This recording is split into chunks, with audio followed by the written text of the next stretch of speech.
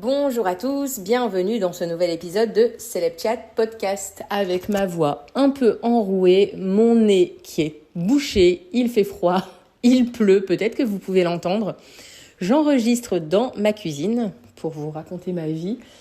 Et je ne peux pas enregistrer dans mon salon parce que bébé s'est endormi, et encore moins dans mon bureau parce qu'il donne côté rue. Et ça fait un bruit monstre en fait. Enfin bref, aujourd'hui on se retrouve pour un épisode News People.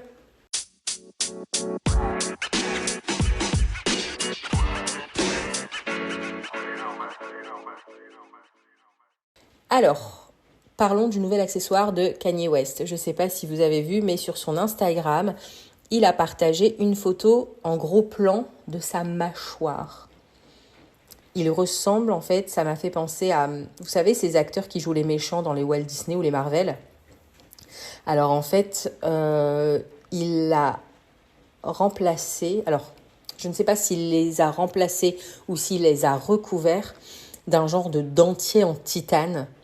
Et il y a le Daily Mail qui, d'après eux, a partagé l'information selon laquelle toutes ces dents avaient été enlevées pour être remplacées par ce dentier en titane de $180 000. Après, il y a des dentistes de célébrités qui disent que ces dents originales n'auraient pas été enlevées.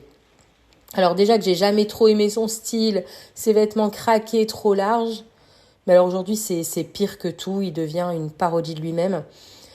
Et je ne sais pas si vous avez vu la façon dont il utilise sa nouvelle femme Bianca, littéralement sa poupée en fait, elle est moitié nue la plupart du temps.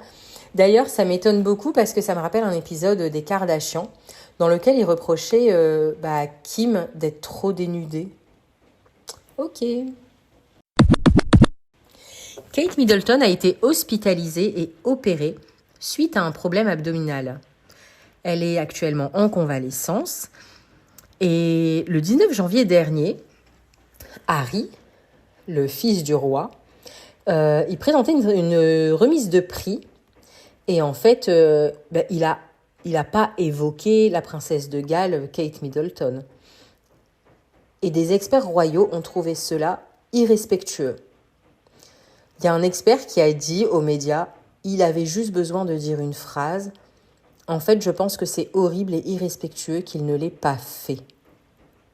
En fait, moi, je trouve ça fou que on lui demande à chaque fois de s'exprimer sur la famille royale, alors que clairement il en fait partie par le sang, mais il n'est plus une figure du monde de la royauté britannique en fait, de la monarchie. Et d'ailleurs on leur demande toujours à Harry et Meghan de se justifier dans les médias, alors que, je ne sais pas si vous vous souvenez, lorsqu'on a accusé Meghan Markle d'avoir fait pleurer Kate Middleton alors que c'était le contraire qui s'était produit, aucune personne de la famille royale n'a contredit les médias. Et lorsque Meghan Markle, elle souffrait de dépression, pareil. Aucun membre de la famille royale ne s'est exprimé à ce sujet. Aucun n'a eu un mot pour elle. Et pourtant, ils en ont eu l'occasion, eux aussi. Alors moi, je suis ni d'un côté ni de l'autre. Mais je pense vraiment qu'à un moment donné, si ils ont décidé d'aller faire leur vie loin de la famille royale, ils peuvent également ne plus en parler lorsqu'ils sont en public. Et je pense aussi qu'en ce qui concerne Harry et Meghan, quoi qu'ils feront à l'avenir et quoi qu'ils diront, tout leur sera toujours reproché. Est-ce que vous connaissez Yannis Marshall ? C'est un jeune homme qui s'était fait connaître en dansant en talons sur Internet. Je me souviens l'avoir vu la première fois quand il dansait sur Single Ladies de Beyoncé. Dernièrement, il a été coach de danse pour la Star Academy. Eh bien, samedi 20 janvier, il a évoqué pour la première fois ses accusations en l'encontre de Bruno Vandelli sur BFM TV. Il a déposé une plainte pénale pour agression sexuelle. Je ne sais pas si vous vous souvenez, en fait, Bruno Vandelli, il avait été coach dans Popstar dans les années 2000 sur M6. Et en fait, pour appuyer ses dires, l'ex-juré de la Star Academy, donc Yannis Marshall, il assure devant les caméras avoir recueilli de nombreux autres témoignages Et il y en a certains qui remontent à l'année dernière, en fait. Alors, on va remonter dans le temps pour bien comprendre cette affaire. Le 17 janvier dernier, Yanis Marshall, il a pris la parole sur son compte Instagram pour annoncer qu'il allait lever le voile sur les agissements de Bruno Vandelli, l'ancien professeur de danse de Popstar. Il a écrit « On s'est tous retrouvés, on parle tous de toi entre nous. On sait tous à quel point tu as bousillé nos vies et on va s'occuper de toi. Je vais m'occuper de toi personnellement. Il est temps. La liste est trop longue et ça suffit en fait, tout simplement.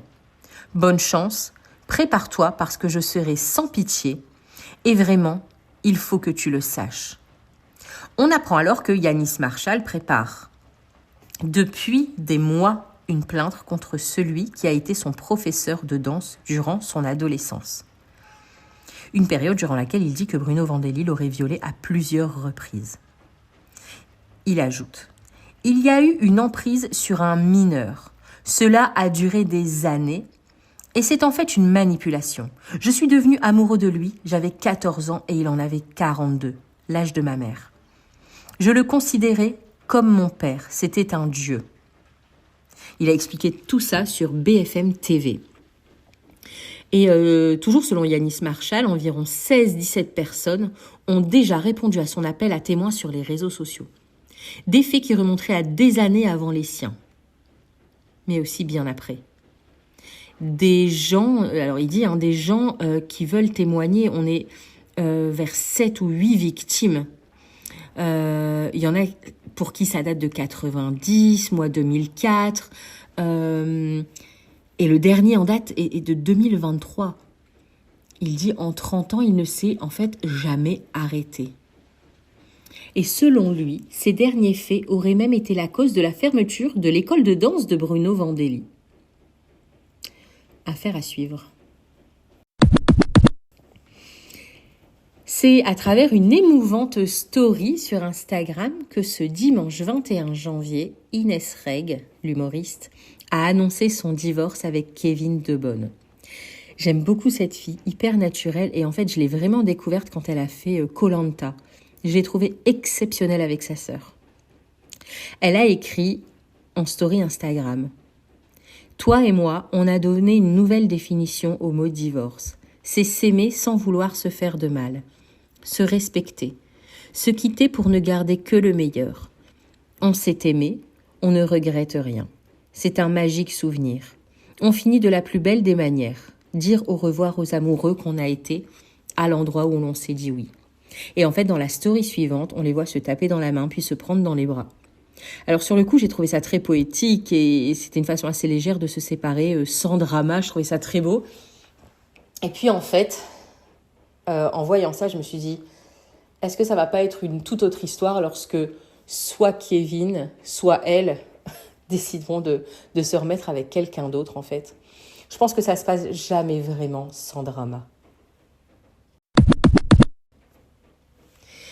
Après Vita et Nikos Aliagas, Anne-Sophie Lapix a été victime d'une nouvelle tentative de homejacking à son domicile parisien. En fait, il y a quelques jours, Anne-Sophie Lapix avait surpris un homme en train de forcer la porte d'entrée de son hôtel particulier à l'aide d'un pied de biche. Dans la nuit de samedi 20 à dimanche 21 janvier, la journaliste a une nouvelle fois été victime d'une tentative de homejacking. La personne mise en cause, elle a pris la fuite parce que l'un des fils de Anne-Sophie a eu le réflexe de le filmer avec son téléphone. 5 suspects, dont 2 mineurs quand même, ont été interpellés quelques minutes plus tard devant les jardins du Trocadéro à Paris. Et ils ont été arrêtés par la BAC. J'ai trouvé cette histoire terrifiante. On a tendance à pas se mettre à leur place. En fait, on pense toujours que leur vie, elle est bien plus simple que la nôtre.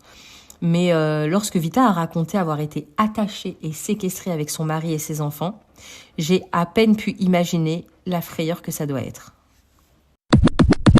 Kylie Jenner, véritable star des réseaux sociaux, vient tout juste de créer l'hystérie sur TikTok et sur Instagram en s'affichant à nouveau avec les cheveux roses. Alors, je ne sais pas si vous avez vu, mais depuis le début de l'année 2024, il y a une tendance qui circule sur TikTok qui consiste à nous rappeler qu'il s'est déjà écoulé une décennie depuis 2014. Et apparemment, c'est l'année où, visiblement, tout était mieux. Donc, ils sont hyper nombreux à réadopter les codes de cette année qui a marqué les esprits. Alors, ça part du simple fait d'écouter les chansons sorties à cette époque, jusqu'au fait de s'habiller avec les vêtements qui étaient tendance, en fait, à cette période. Et en bonne influenceuse qui se respecte, Kylie Jenner a elle aussi décidé de surfer sur cette vague de nostalgie. Et elle a publié il y a quelques heures une photo sur laquelle elle apparaît avec les cheveux roses. Alors très vite, le cliché est devenu viral et a affolé le tout internet. Mais en fait, je me suis dit, ils vont tous aller se teindre les cheveux en rose, comment ça va se passer? Sauf que les gens ont bien fait de rappeler que Kylie, en fait, elle se colore pas les cheveux aussi facilement. En fait, elle utilise des perruques indétectables afin de changer la couleur de cheveux du jour au lendemain. Kim Kardashian a été nommée ambassadrice pour la marque Balenciaga. Alors, dit comme ça, on se dit, ok, un contrat parmi tant d'autres, sauf que la star a été la cible des critiques sur les réseaux sociaux. Je vais vous rappeler les faits pour mieux vous expliquer. En fait, il y a peu, Balenciaga avait sorti une campagne pour une collection de vêtements pour enfants. Et sur les clichés, de nombreuses pièces avaient été relevées et avaient choqué le public. Cette campagne, en fait, en gros, elle mêlait des enfants et des accessoires sexuellement connotés. Entre autres, par exemple, autour des enfants mannequins, un ours en peluche avec des sangles ornées de clous métalliques dans un décor de fin de soirée arrosé. Et il y avait une campagne parallèle qui mettait en scène des stars comme Isabelle Huppert ou Nicole Kidman. Elles étaient assises à un bureau new-yorkais sur lesquels s'étalaient plein de documents. A priori, les documents étaient illisibles en fait. Et les internautes ont commencé à faire des zooms et plusieurs de ces imprimés faisaient référence à un arrêté de la Cour suprême américaine qui datait de 2008 dans une affaire de pédopornographie, soutenant que celle-ci n'était pas protégée par la liberté d'expression. La pédopornographie, la liberté d'expression. Donc, bien sûr qu'après ce tollé, Balenciaga a retiré cette campagne. Mais bon, pour moi, comme pour plein d'autres personnes, le mal était déjà fait. Je peux pas croire en fait que des dizaines de personnes qui travaillent sur une campagne comme celle-ci n'ont absolument pas fait attention à ces petits détails. Je sais pas si en fait le but était de choquer, de faire parler, ou pire d'en faire la promotion, mais depuis ça m'a complètement dégoûtée. Alors pas que j'avais l'habitude d'acheter cette marque, surtout qu'elle est hideuse, mais ça me choque en fait qu'aujourd'hui des stars s'associent encore à elle et acceptent d'en faire la promotion. D'ailleurs, cette même marque, Balenciaga, avait arrêté sa collaboration avec Kanye West parce qu'il avait tenu des propos antisémites. Alors, je sais pas vous, mais je me demande jusqu'où ira la mode, entre guillemets. Après des sacs poubelles Balenciaga ou alors une serviette nouée autour de la taille à plus de 900$, ou encore un sac en forme de paquet de chips, je trouve ça trop ridicule. D'ailleurs, on était en pleine Fashion Week de Paris et je trouve ça tellement surfait et tellement fake. Sur ces belles paroles, c'est tout pour aujourd'hui. J'espère que cet épisode vous aura plu. On se retrouve très vite pour de nouvelles news people. Ciao, ciao!